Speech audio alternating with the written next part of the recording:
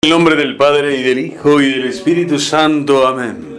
Los atributos de Dios. En la década de 1960 y a comienzos de los 70, los teólogos de la muerte de Dios suscitaron graves problemas entre los creyentes, sin ofrecer, sin embargo, respuestas decisivas. El humanismo de la sociedad contemporánea ha invertido la relación entre Dios y la humanidad. Dios es hecho a imagen del hombre. La nueva era presenta la divinización del hombre de tal modo que no hay lugar verdaderamente para el Dios cristiano. Siguiendo las huellas de Otto, nos hemos acostumbrado a concebir lo referente a Dios o a lo sagrado como fascinans et tremens, fascinante y tremendo, como algo que al mismo tiempo nos atrae y nos asusta. Los atributos de la divinidad de las lejanas religiones orientales son, en cierto modo, más reconfortantes y menos exigentes que los de las tres religiones que invocan a Abraham. Estas religiones orientales, sobre todo sus elementos esotéricos y místicos, suscitan un interés cada vez mayor en Occidente. Entre tanto, los modernos manuales de teología dogmática han profundizado tanto en el campo de las materias tratadas como en el estudio de la relación entre los diferentes misterios. Los atributos de Dios en la experiencia de los místicos. A lo largo de los siglos, la filosofía cristiana y la teología medieval han desarrollado una elaborada reflexión sobre los atributos de Dios. Conviene distinguir dentro de estos atributos entre necesarios y contingentes. Los primeros son atributos que Dios tiene que tener necesariamente. Por ejemplo, la eternidad, la sencillez, la omnipotencia, la inmensidad.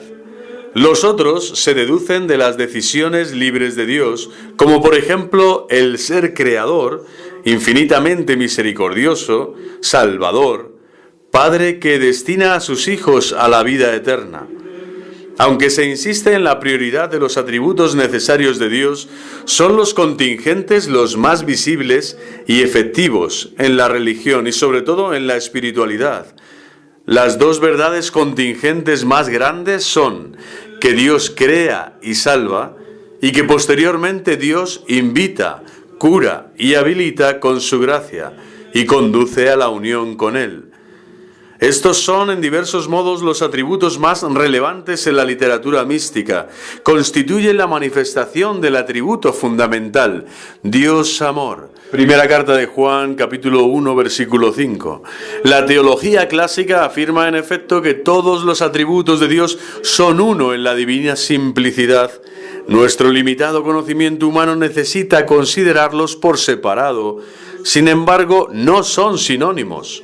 Si se considera la revelación, se encuentran en ella muchas expresiones acerca de los atributos de Dios. En el Antiguo Testamento, en particular en el libro del Deuteronomio, se encuentra una expresión clásica.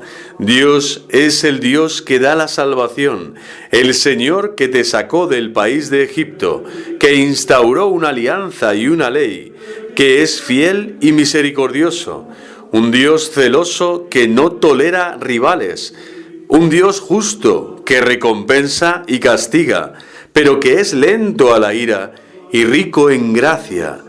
Deuteronomio 6, 4, 19, Deuteronomio 7, 7, 10, Deuteronomio 26, 5, 11. Estos atributos son elaborados luego en los Salmos de la Sagrada Escritura, son conservados y desarrollados en el Nuevo Testamento, dentro del cual se revelan sobre todo en el contexto de la salvación. Dios ha amado tanto al mundo que le ha entregado a su Hijo unigénito, pero Dios es rico en misericordia. Juan 3:16, Efesios 2:4. Los atributos de Dios deben contemplarse en Cristo Jesús, que es la revelación del Padre. Juan 14, 6, 11. Y ser confirmados luego por el Espíritu Santo. Juan 15, 26. El Nuevo Testamento afirma que Dios habita una luz inaccesible. Primera de Timoteo 6:16. En la iglesia primitiva hay un diálogo constante con la filosofía pagana, principalmente con la platónica, que los primeros teólogos asumen y progresivamente a lo largo de 600 años van reelaborando según las necesidades de la revelación cristiana. Pero la teología del período patrístico no es una disciplina académica, entre otras, acerca del conocimiento de Dios. Es una expresión más bien inadecuada de la experiencia de la vida divina a través de la comunión con Él en la contemplación. Es lo que San Juan de la Cruz llamará la mística, que se sabe por amor, en que no solamente se saben, mas juntamente se gustan. Los atributos determinantes son los que Dios comunica a los que se rinden al amor. Es decisiva, indudablemente, la aportación de Dionisio el Areopagita en el siglo VI, dado que se le considera discípulo de Pablo. En Hechos 17:34 aparece esta realidad y por tanto revestido de una cierta autoridad. Su tratado sobre los atributos de Dios goza de enorme prestigio hasta el siglo XV e influye notablemente en la tradición mística. Su teología de Dios no es una doctrina abstracta, sino un intento de encontrar caminos para glorificarlo. Himnein. Dionisio es el primero en expresar claramente la diferencia entre teología catafática y apofática. La catafática es la teología simbólica respecto a lo que podemos afirmar sobre Dios. Véanse sus nombres divinos. La teología apofática, en cambio, es la comprensión que tenemos de la realidad divina cuando nos faltan las palabras y nos encontramos en la oscuridad en busca de la luz. Teología mística. Dado que Dios es verdad afirmada como Trinidad, debemos conocer que el misterio que está dentro de Dios mismo, el inefable que da su nombre a todo, es completa afirmación y completa negación, más allá de todas las afirmaciones y de todas las negaciones. Así pues, Dios, en cierto sentido, está más allá de las afirmaciones apofáticas y de las catafáticas. Pero conviene usar con prudencia la teología apofática, que sería simplemente la negación de toda afirmación sobre Dios, es decir, su pura negación. Dionisio fue muy ignorado en Occidente, salvo por Juan Escoto, Eriúgena, el mejor de sus primeros traductores. Pedro Lombardo, en 1160, no se aparta de Dionisio, que entre tanto se está haciendo famoso para sus contemporáneos. Serán San Alberto Magno y su discípulo Santo Tomás de Aquino quienes mediten con éxito sobre las afirmaciones de Dionisio. Alberto cierra su comentario a la teología mística con estas palabras: así pues, ninguna negación ni ninguna afirmación puede glorificar suficientemente a Dios, a quien pertenecen el poder, el esplendor infinito y la eternidad. Amén. Sin duda, la mayoría, aunque no todos los místicos del primer milenio, están todavía ligados a la visión de la tradición platónica de Dios. Para un conocimiento místico profundamente trinitario, habrá que esperar quizás hasta Guillermo de Saint-Thierry.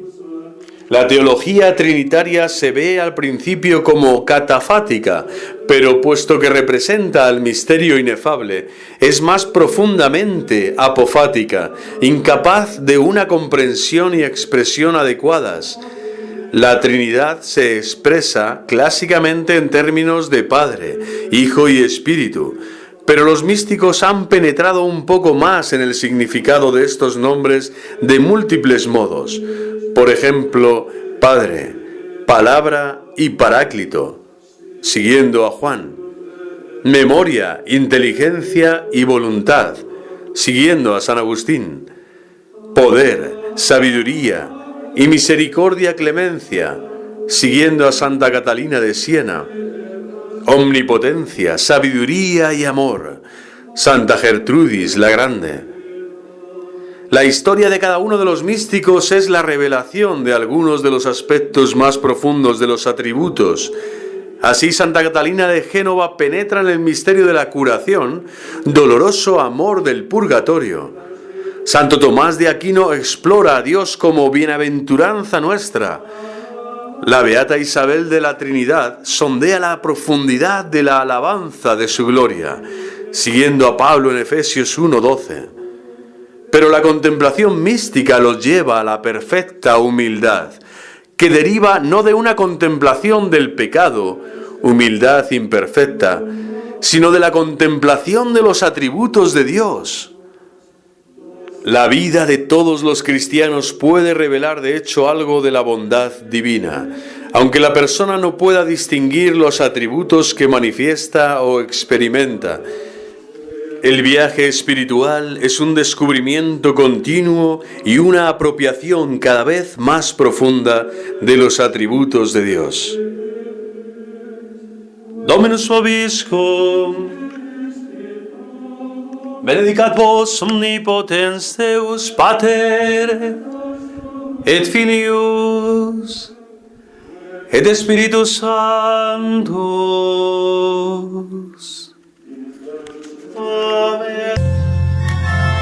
Basta de silencios, sino gritad con 100.000 lenguas, porque como se ha callado, el mundo está podrido, proclamaba Santa Catalina de Siena.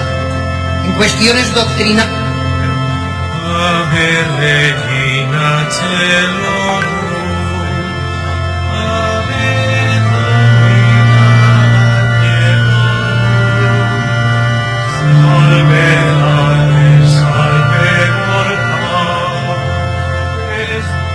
basta de silencios, sino gritad con 100.000 lenguas, porque como se ha callado, el mundo está podrido, proclamaba Santa Catalina de Siena.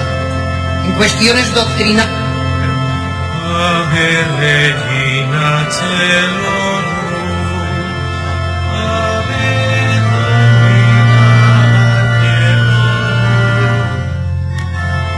basta de silencios, sino gritad con 100.000 lenguas, porque como se ha callado, el mundo está podrido, proclamaba Santa Catalina de Siena. En cuestiones doctrinales,